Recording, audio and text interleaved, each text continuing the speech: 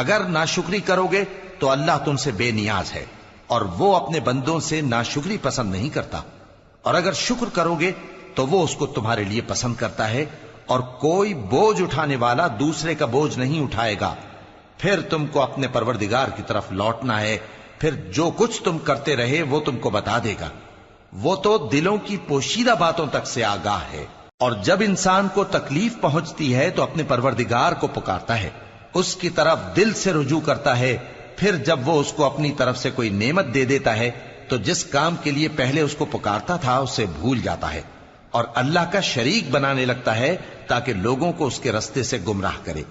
کہہ دو کہ اے کافر نعمت، اپنی ناشکری کے باوجود تھوڑا سا فائدہ اٹھا لے، پھر تو دوزخیوں میں ہوگا۔